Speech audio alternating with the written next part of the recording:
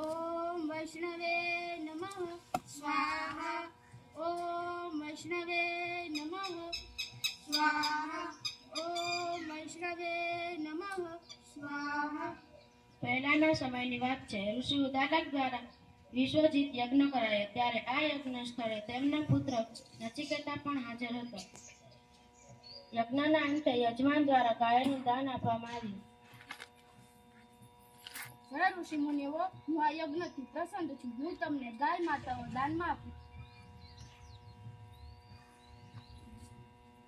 નચિકેતાએ આ ગાયોને જોઈને વિચાર્યું, અરે રે, આવી ગાયો દાન તો પ્રિય અને શ્રેષ્ઠ હોય છે. આવા દાનથી પિતાજી આનંદ લોકમાં જશે, માટે મારે તે અટકાવવું જ જોઈશે. ભલે મારે તેના માટે કંઈ પણ કરવું પડે.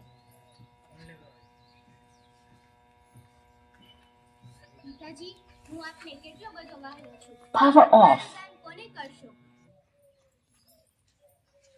પિતાજી, કહો ને, આપે મને કોને સોંપ્યો? કહો ને, આપ મારું દાન કોને કરશો? નચિકેતા દ્વારા વારંવાર એક જ પ્રશ્ન પૂછાતા ગુસ્સે થયેલા ઋષિ ઉદ્દાલકથી બોલાઈ ગયું, જા, મેં તને મૃત્યુને સોંપ્યો.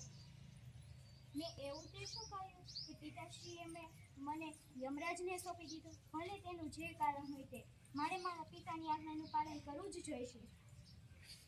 દીકરા નચિકેતાને મૃત્યુને સોંપ્યા બાદ ઋષિ ઉદ્દાલક દુઃખી થયા. નચિકેતાએ તેમને આશ્વાસન આપતા કહ્યું, હે રામ, અમારાથી શું થઈ ગયું? પિતાજી, જીવનના મોહને કારણે કર્તવ્યનો ત્યાગ કરવો શું યોગ્ય છે? હું આપણી આજ્ઞાનું પાલન કરીશ. આપ મને જવાની અનુમતિ આપો. જા પુત્ર, મેં તને અનુમતિ આપી. પિતાની આજ્ઞા બાદ નચિકેતા યમલોક પહોંચ્યો.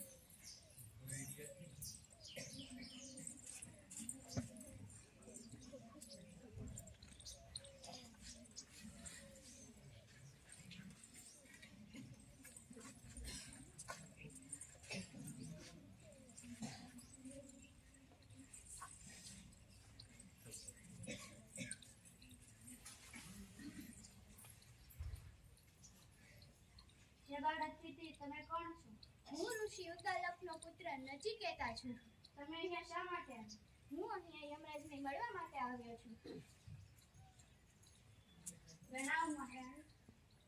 હે પ્રધાન, આ બાળક પ્રીતિ કોણ છે? હે મહારાણી, આ ઋષિ ઉદ્દાલકના પુત્ર નચિકેતા. હે બાળ, તમે અહીંયા શા માટે આવેલા છો? હું અહીંયા યમરાજને મળવા માટે આવ્યો છું. પરંતુ પ્રભુ તો 3 દિવસ માટે બહાર ગયા છે. જ્યાં સુધી પ્રભુ નહીં આવે ત્યાં સુધી હું અહીંયા અન્નજળ નત્યા કરી અહીંયા જ બેઠો રહીશ. હે બાળ, આવી જીદ ન કરો અને ખરેખરનો સ્વીકાર કરો. ના, સતત 3 દિવસ સુધી નચિકેતાને ભોજન આપવામાં આવે છે, પરંતુ નચિકેતા ભોજનનો સ્વીકાર કરતો નથી.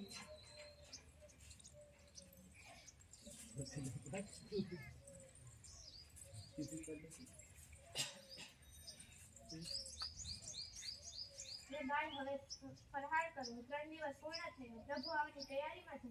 જ્યાં મેં કહ્યું હતું ને કે જ્યાં સુધી પ્રભુ નહીં આવે ત્યાં સુધી જળનું પણ એક ટીપું ગ્રહણ નહીં કરું તો હું નહીં કરું. હે પ્રધાન, આ બાળક પ્રીતિ ખૂબ જ હતી છે. તે આપણી વાત નહીં માને.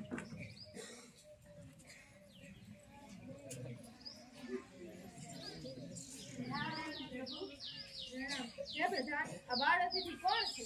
હે પ્રભુ, આ ઋષિ ઉદ્દાલકના પુત્ર નચિકેતા. હે પ્રભુ, આ બાળક પ્રીતિ સતત 3 દિવસથી ખાધા પીધા વગર અહીં બેઠા છે. તેના ઘરમાં શીખી ન કરે તેને તમે સંતોષમાં વિનાશ થાય. તેથી જાતે જ તમે તેની સેવા કરો.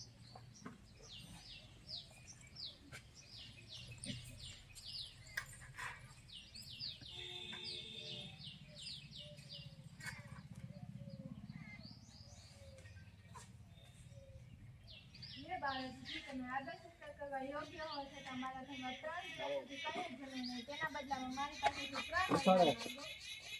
હે યમરાજ, મને પહેલા વરદાનમાં મારા કારણે દુઃખી છે. તો મને એવું વરદાન આપો કે જ્યારે હું ઘરે જાઉં ત્યારે મારા પિતાજી મારા સાથે પહેલા જેવા જ વર્તે. તથાસ્તુ, બીજું વરદાન માંગો.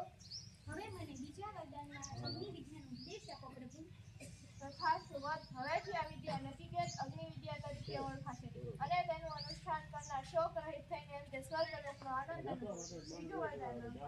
હવે મને બીજા વરદાનમાં સર્વ વિદ્યામાં સર્વશ્રેષ્ઠ આત્મજ્ઞાન આપો.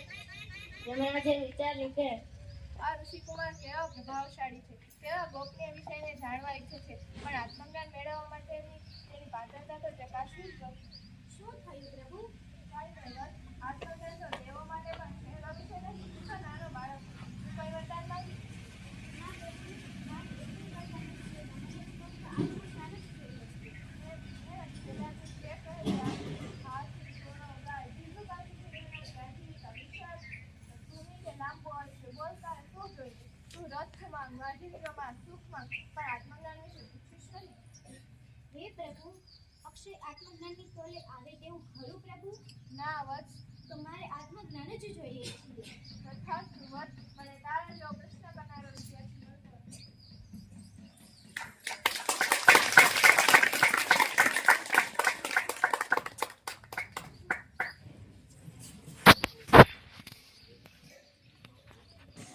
ખૂબ સુંદર.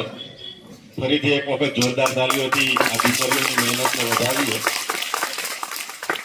નાટક નાનું હતું, પરંતુ નચિકેતા એ યમરાજને પણ લોભવીને કઠોર તપ દ્વારા જે આત્મજ્ઞાનનું વરદાન પ્રાપ્ત કરે છે એ સંદેશ આપને આ નાટિકા દ્વારા પ્રાપ્ત થાય છે. જીવનમાં કોઈ પણ લોભ કે મોહ એ માણસ એ મૃત્યુ પામે ત્યાં સુધી છોડતો નથી. આપણે જે આ ભૌતિક જીવનની સુખની જે કલ્પના કરીએ છીએ એ સુખ અલગ રીતે વિચારીએ છીએ. જે ખરેખર સાચું સુખ છે એ આત્મજ્ઞાન દ્વારા જ આવે. એટલે કે આપણા અંદર રહેલું જ્ઞાન એ એટલું અખૂટ છે, જો એને આપણે પ્રાપ્ત